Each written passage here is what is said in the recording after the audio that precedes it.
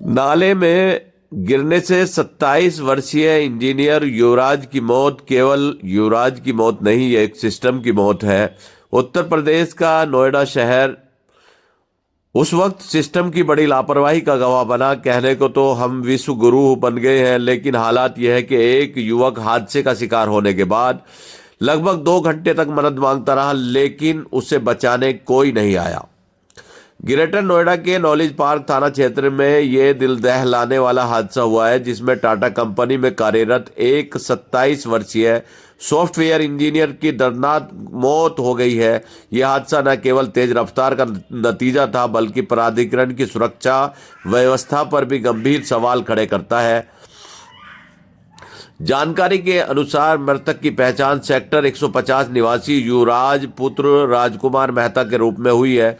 युवराज देर रात 12:30 बजे अपनी ड्यूटी खत्म करके कार से घर लौट रहे थे कि सेक्टर 150 मोड़ के पास उनकी तेज रफ्तार कार अचानक अनियंत्रित हो गई और नाले की कच्ची बाउंड्री वाल को तोड़ते हुए सीधे एक निर्माणाधीन मॉल के पानी से भरे गहरे बेसमेंट में जा गिरी। घटना की सूचना मिलते ही स्थानीय पुलिस, फायर ब्रिगेड, एनडीआरएफ और एसडीआरएफ की टीमें भी मौके पर पहुंची। बेसमेंट में पानी लबालब भरा होने के कारण कार पूरी तरह से डूब चुकी थी। स्थानीय गोताखोरों की भी मदद ली गई, लेकिन अंधेरा और गहरा पानी रेस्क्यू में बड़ी बाधा बना। लेकिन एक बात जो सामने आ रही है, मृतक के पिता राज मेहता ने प्रशासन और रेस्क्यू टीमों पर बड़ी लापरवाही का आरोप लगाया है। उन्होंने रोते हुए बताया कि घटना स्थल पर प्रशासन और बचाव दल करीब 2 से ढाई घंटे तक केवल औपचारिकताएं निभाते रहे। यदि समय रहते उनके बेटे को बाहर निकाल लिया जाता तो आज वह जीवित होता। परिजनों का आरोप है कि नाले और बेसमेंट के पास पर्याप्त सुरक्षा घेरा, बैरिकेडिंग न होना ही इस मौत का असली कारण है। यह घटना नोएडा अथॉरिटी की कार्यप्रणाली पर प्रश्न चिन्ह लगाती है। निर्माणाधीन साइट्स और गहरे नालों के किनारे मजबूत दीवार या फेसिंग न होना आए दिन हादसों को दावत दे रहा है। पुलिस ने शव को पोस्टमार्टम के लिए भेज दिया और मामले की जांच शुरू कर दी है, लेकिन एक होनहार इंजीनियर की मौत ने पूरे शहर को झकझोर दिया है। एक प्रत्यक्षदर्शी का जो वीडियो सामने आया है, जिसमें वह बता रहा है कि फायर ब्रिगेड कर्मी और एनडीआरएफ के कर्मचारी केवल औपचारिकताएं निभाते रहे, और जबकि वह व्यक्ति पानी में घुस करके उसने 40 मिनट तक अजय युवराज मेहता को ढूंढने की कोशिश की थी। आइए दिखाते हैं उस युवक का वो वीडियो। आया जब वो लड़का नहीं मिला था मुझे।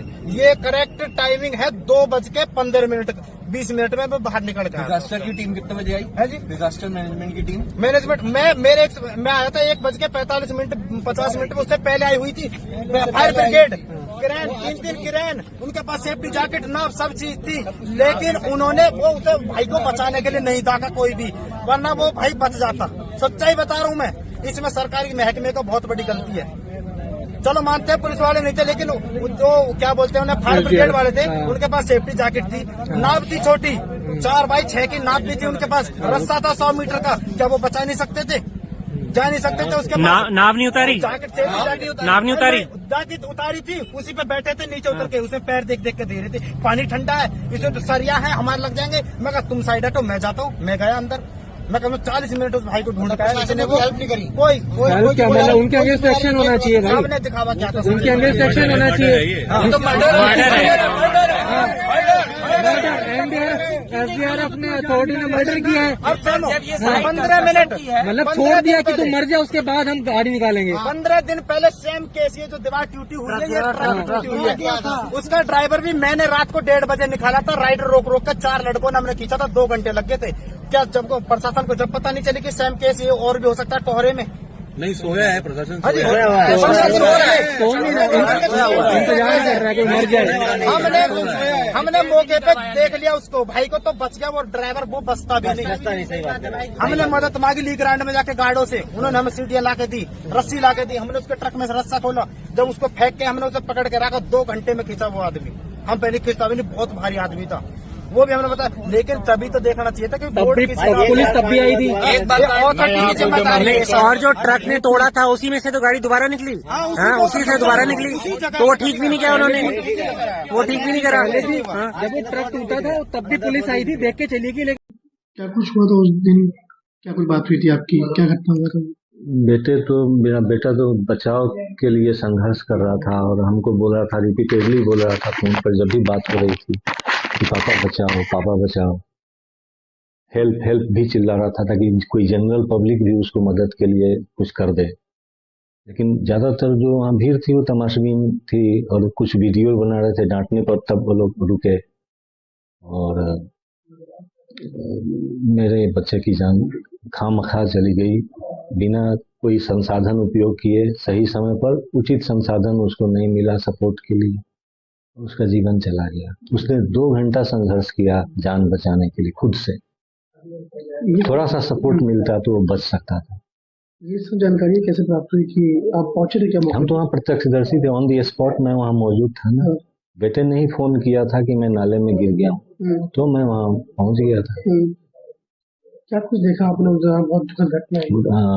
धुंध थी, क्लियर विजिबिलिटी वहाँ नहीं नजर आ रही थी, तो मैंने बेटे को बोला कि तुम हो कहाँ, तो उसने एग्जैक्ट लोकेशन बताया अपना मोबाइल का टॉर्च ऑन करके। फिर वहाँ से एक हल्की रोशनी पता चली कि कहाँ पर है वो।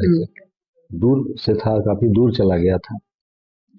तो वहां तक अगर जाता कोई गोताखोर या तैराक जाता और उसको रस्सी के सपोर्ट से ले आता तो मेरे बेटे की जान बच सकती थी। लगभग कितने घंटों बाद उसको निकाला गया? 6 बजे तो रेस्क्यू ऑपरेशन शुरू हुआ, फिर उसका बॉडी करीब 1 घंटा लगा रिकवर हुआ उसमें से। अभी भी गाड़ी उसी के अंदर है? गाड़ी तो वहीं है। क्या क्या करते हैं आपके बेटे लगातार? क्या इधर से आना जाना है? मेरा बेटा गुड़गांव से आता जाता था, सर्विस थी वहाँ, जनहम्बी नामक कंपनी है, इंजीनियर है, बिग डेटा इंजीनियर है। 2-3 दिन घर से करता था वर्क फ्रॉम होम, बाकी ऑफिस जाता था। क्या लगता है आपको कि उपकरण की कमी हो गई इससे जान गंवा दी? उपकरण की कमी और जो वहाँ पर कर्मचारी या अधिकारी थे वो सक्षम नहीं थे तैर कर उसको बचाने का। मतलब तैराकी नहीं था उनके पास या गोताखोर नहीं था। बोट का भी अभाव था, बोट भी नहीं था। बोट भी जो बोट उन्होंने SDRF के साथ, वो बोट अगर उस समय यूज होता मेरा बेटा बच जाता। लगभग कितने बजे की घटना है ये? 12 बजे का ये घटना है और 2:30 बजे के करीब में मेरे बेटे का संकेत आना, उधर से लाइट आना बंद हो गया था। मतलब लगा कि अब वो किसकी लापरवाही मानते हैं पुलिस में? अथॉरिटी की ही लापरवाही है कि उन लोगों ने पाला तो कि एक तो प्रिवेंटिव उपाय नहीं किया, जिससे कि कोई गाड़ी फर्दर वहां नाले में मूव नहीं कर सके। चूंकि कुछ ही दिन पहले ट्रक वाली घटना हुई थी, जो ट्रक उस बाउंड्री को तोड़ते हुए आगे बढ़ गया था, तो उसको भी बंद नहीं किया गया। रिफ्लेक्टर नहीं लगा था ताकि लोग सचेत हो जाए कि वहां नहीं जाए और सीधा राइट टर्न ले, क्योंकि सामने जाने का कोई तुक नहीं था और नाला वाला प्रश्न है पूरा। आप लोग शिकायत भी लिख के दिए? क्या कुछ दिए? किसके खिलाफ दिए? अथॉरिटी के खिलाफ मैंने शिकायत दी है और वेल्डर के खिलाफ दी है। अब क्या मांग करेंगे सरकार से? मांग तो यही करेंगे कि उचित कार्रवाई हो और फर्दर कुछ न घटना घटे उसका पूरा वहां पर इंतजाम हो।